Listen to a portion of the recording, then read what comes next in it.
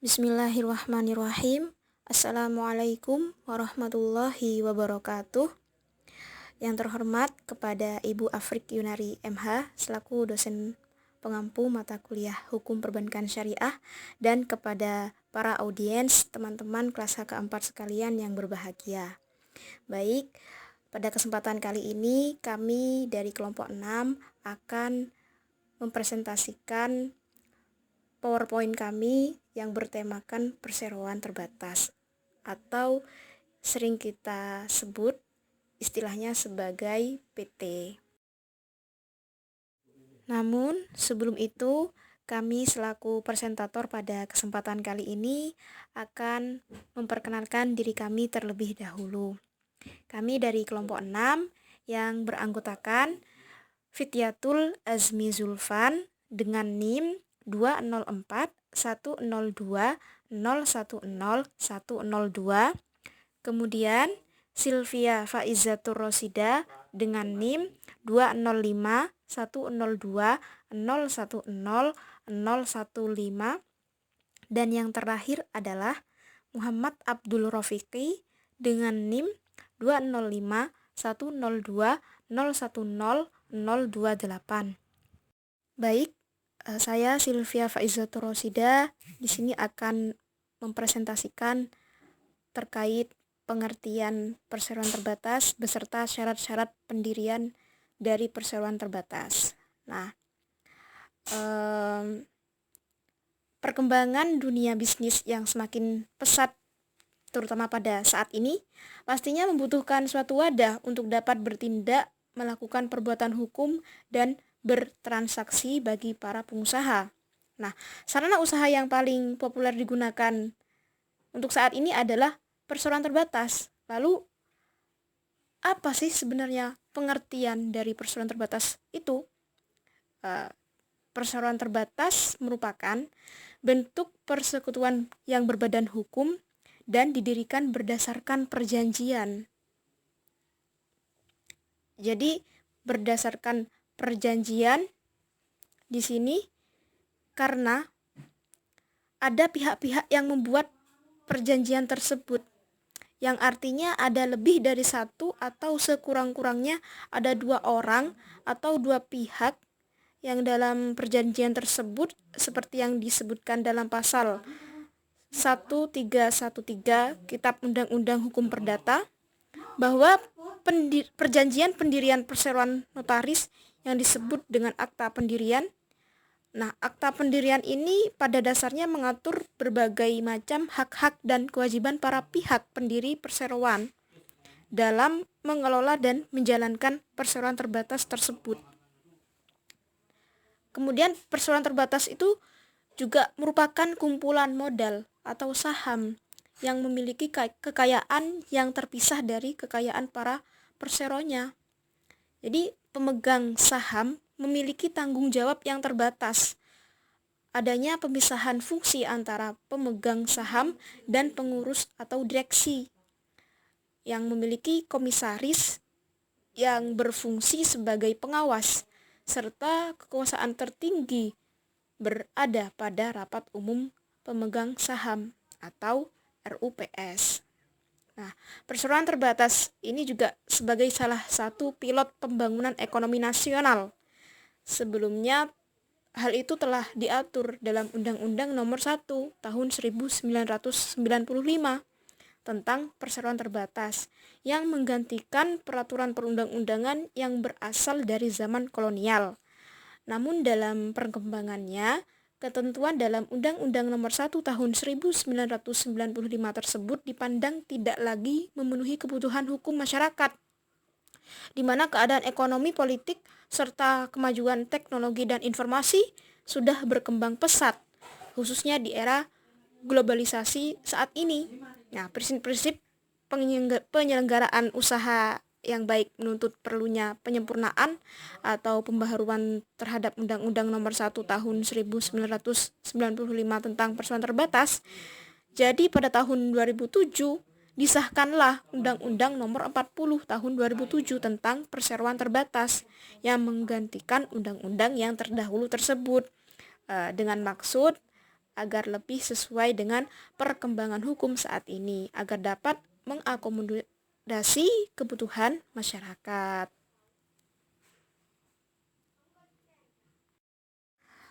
Selanjutnya terkait syarat-syarat pendirian suatu badan hukum perseroan terbatas ini terdapat dua jenis syarat.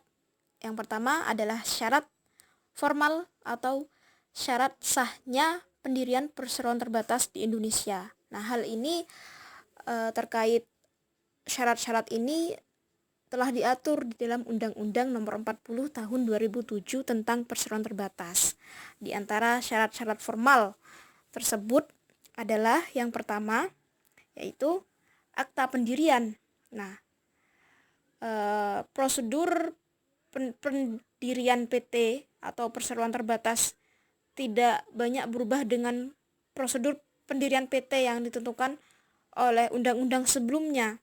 Jadi, dalam Undang-Undang Nomor 40 Tahun 2007 ini yang diatur dalam pasal 7 sampai dengan pasal 14, menurut pasal itu dikatakan bahwa perseroan ini didirikan minimal oleh 2 orang atau lebih dengan akta notaris yang dibuat dalam bahasa Indonesia. Nah, akan tetapi menurut pasal 7 Undang-Undang Nomor 40 Tahun 2004, ketentuan pemegang saham minimal 2 orang atau lebih tidak berlaku bagi yang pertama adalah yang sahamnya dimiliki oleh negara, kemudian tidak berlaku juga bagi yang mengelola bursa efek atau lembaga clearing dan penjaminan, lembaga penyimpanan dan penyelesaian, dan lembaga lain sebagaimana diatur dalam Undang-Undang tentang pasar modal. Kemudian untuk syarat formal atau syarat sahnya, yang kedua adalah pengesahan oleh menteri. Nah, dimaksud dengan menteri adalah menteri yang tugas dan tanggung jawabnya di bidang hukum dan hak asasi manusia. Dalam mendirikan perseroan terbatas, tidak cukup dengan cara membuat akta pendirian yang dilakukan dengan akta otentik. Akan tetapi, harus diajukan pengesahan kepada menteri guna memperoleh status badan hukum. Nah, pengajuan pengesahan dapat dilakukan oleh direksi atau kuasanya.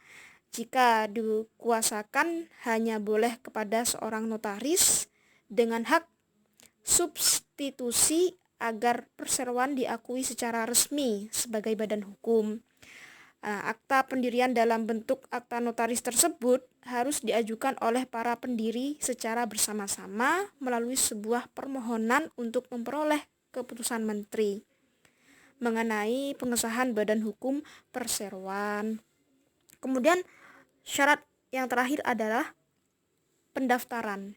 Jadi pendaftaran di sini yang menyelenggarakan daftar perseroan setelah diperoleh pengesahan adalah menteri yang memberikan pengesahan badan hukum tersebut dan memasukkan data perseroan secara langsung. Nah, daftar perseroan tersebut memuat data tentang perseroan yang meliputi diantaranya pertama adalah nama dan tempat kedudukan, maksud dan tujuan serta kegiatan usaha, jangka waktu pendirian, dan pemodalan. Kemudian yang kedua, alamat lengkap perseroan. Yang ketiga, nomor dan tanggal akta pendirian dan keputusan menteri mengenai pengesahan badan hukum perseroan. Yang keempat, nomor dan tanggal akta perubahan anggaran dasar dan persetujuan menteri. Yang kelima, nomor dan tanggal akta perubahan anggaran dasar dan tanggal penerimaan pemberitahuan oleh menteri. Yang keenam, nama dan tempat kedudukan notaris yang membuat akta pendirian dan akta perubahan anggaran dasar. Yang ketujuh, nama lengkap dan alamat pemegang saham, anggota direksi dan anggota dewan komisaris perseroan. Yang kedelapan, nomor dan tanggal akta pembubaran atau nomor dan tanggal penetapan pengadilan tentang pembubaran perseroan yang telah diberitahukan kepada menteri. Yang kesembilan, berakhirnya status badan hukum perseroan. Dan yang terakhir, neraca dan laporan laba rugi dari tahun buku yang bersangkutan lagi perseroan yang wajib diaudit. Selanjutnya, selain syarat formal untuk mendirikan suatu badan usaha perseroan terbatas itu juga terdapat syarat material. Nah, syarat material di sini yang dimaksud syarat material di sini adalah modal.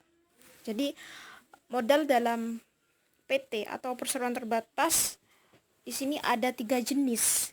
Nah, yang pertama adalah modal dasar atau modal statutir.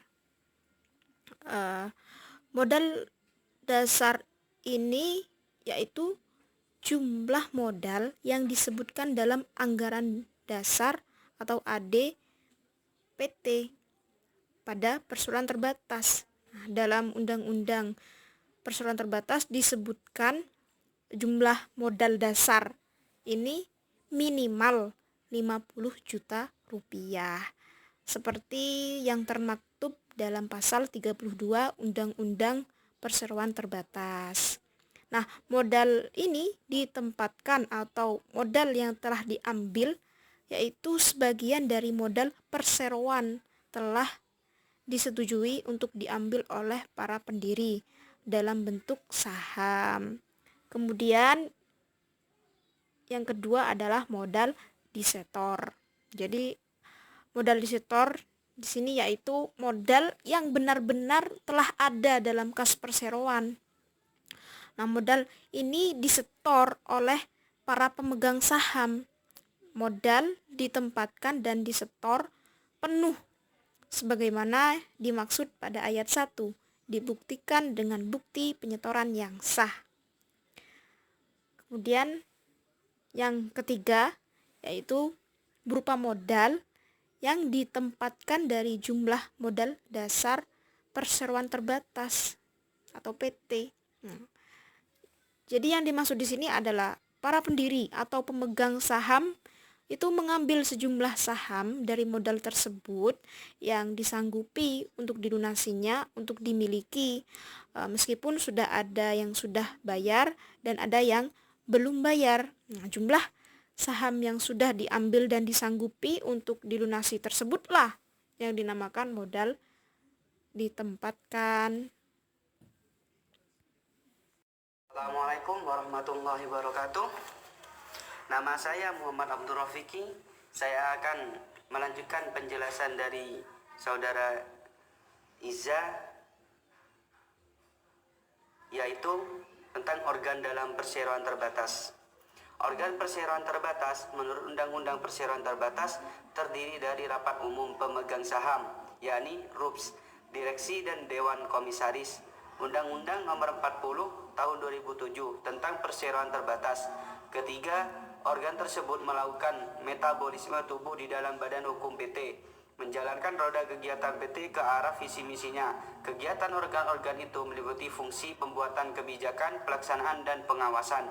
Yang pertama yaitu rapat umum pemegang saham, yaitu RUPS. RUPS adalah organ perseroan terbatas yang memiliki kewenangan eksklusif yang tidak diberikan kepada direksi dan dewan komisaris. Menurut pasal angka 4 Undang-Undang PT, RUPS adalah organ perseroan yang mempunyai wewenang-wewenang yang tidak diberikan kepada direksi atau dewan komisaris dalam batas yang ditentukan dalam undang-undang ini dan atau anggaran dasar. RUPS mempunyai kewenangan untuk 1. Mengambil keputusan sesuai dengan ketentuan forum yang terdapat dalam Undang-Undang PT.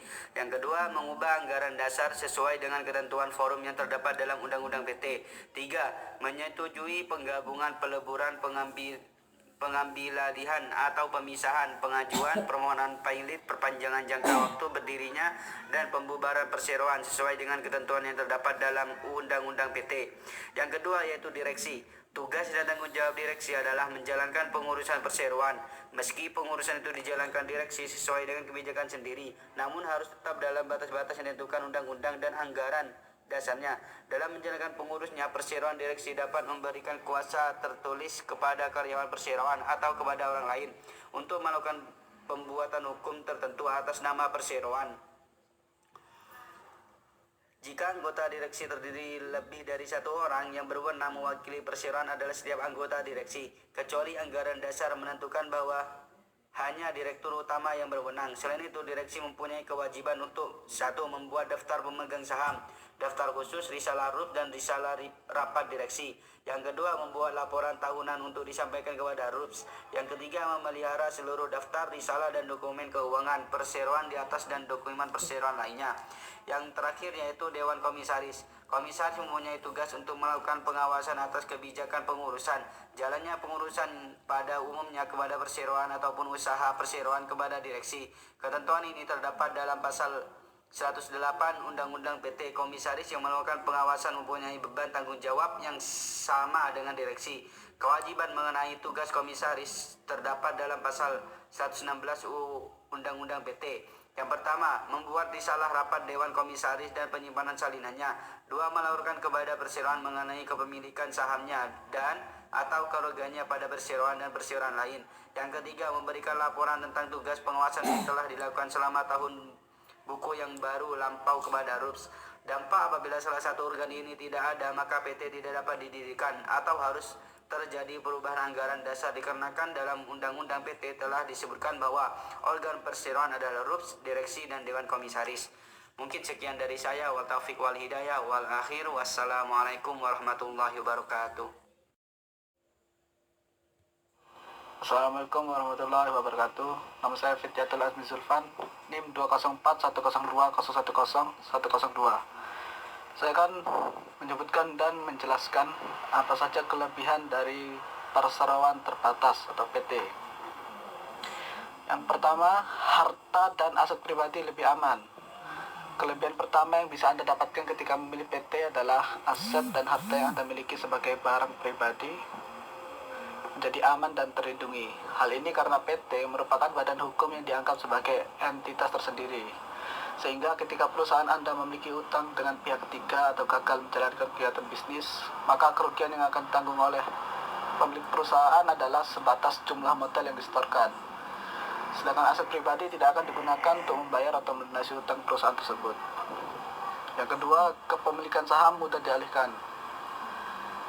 Ketika Anda memilih untuk mendirikan PT, maka modal yang Anda masukkan akan terbagi menjadi bentuk saham, sebagaimana disebutkan pada pasal 31 ayat 1 Undang-Undang Perseroan Terbatas.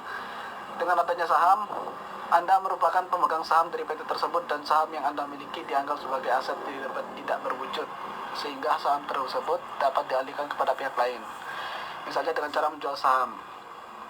Yang ketiga, jangka waktu tidak terbatas.